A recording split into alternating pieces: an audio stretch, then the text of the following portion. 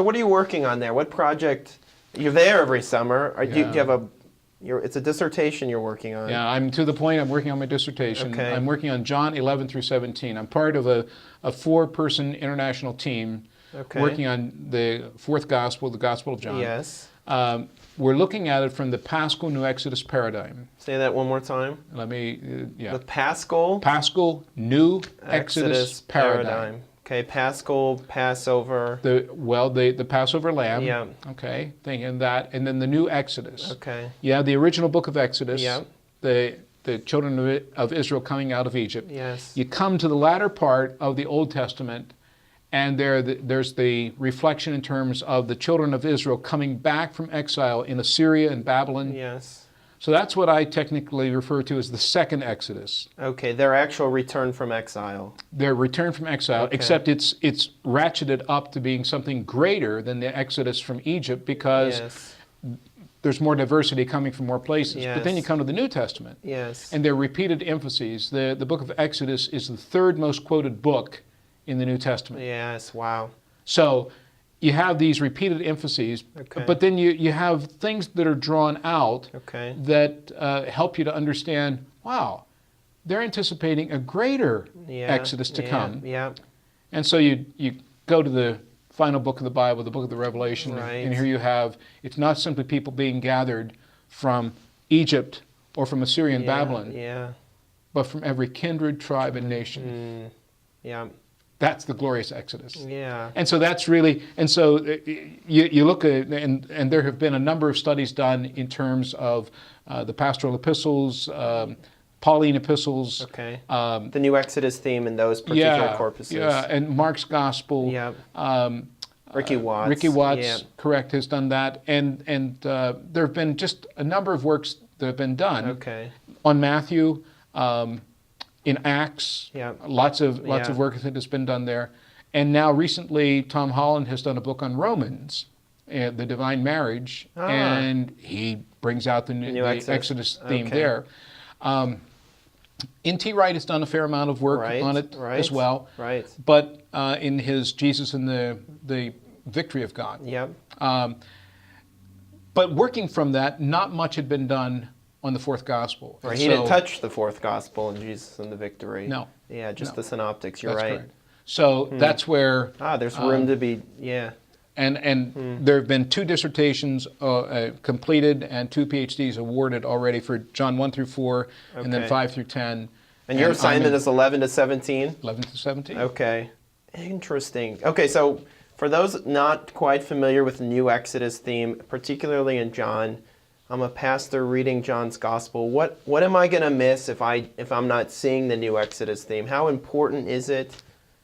Can you talk to me about its significance? Well, Bob Peterson, in his book, Getting to Know John's Gospel, makes the statement in the opening part there. He said John's Gospel is a book that a child can wade in, and an elephant can drown. That's good,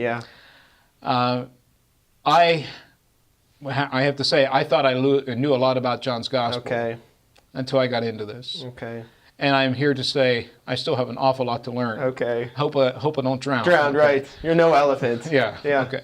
But a person can read and capture the sense of the gospel. Kind of a thin reading, but you're giving a little thicker description. Yeah. Okay. And so you come to many dynamics that are fleshed out in the fourth gospel. Let's take, for example, John's statement in John 1:29. Yeah. Behold the Lamb of God who takes away the sin of the world. Right. You go to John 19. Right.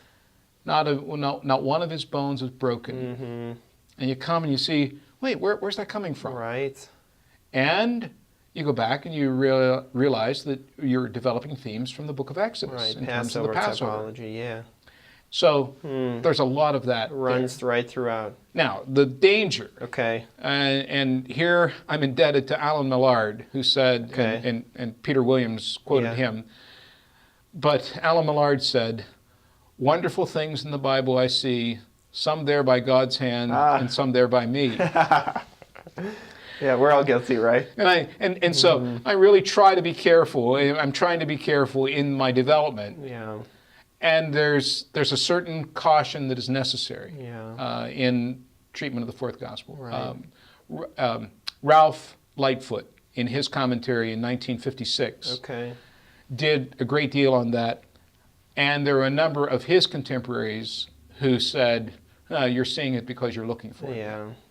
Well, I want to be careful in that. So I do understand that there's that danger. But I would say with Richard Bauckham in his book in terms of the beloved disciple, he goes and he gives a great deal of treatment to John chapter 21, arguing that John chapter 21 is not an appendage that's unnecessary and so forth. It's an essential part. Right.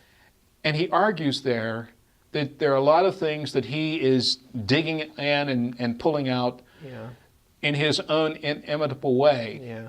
But his point is that, you could read the gospel without seeing those things. Right. But there's plenty of depth still to go and grow in. Yeah, I think that's a good way to capture it too. You can give a thin description. You're seeing maybe essentials, or at least you're not missing the main burden of John, but you're not reading it in the thick sort of way. And I mean, if God intended it, right, it's important for us to dig in further, try to express it. Yeah, I think that's helpful.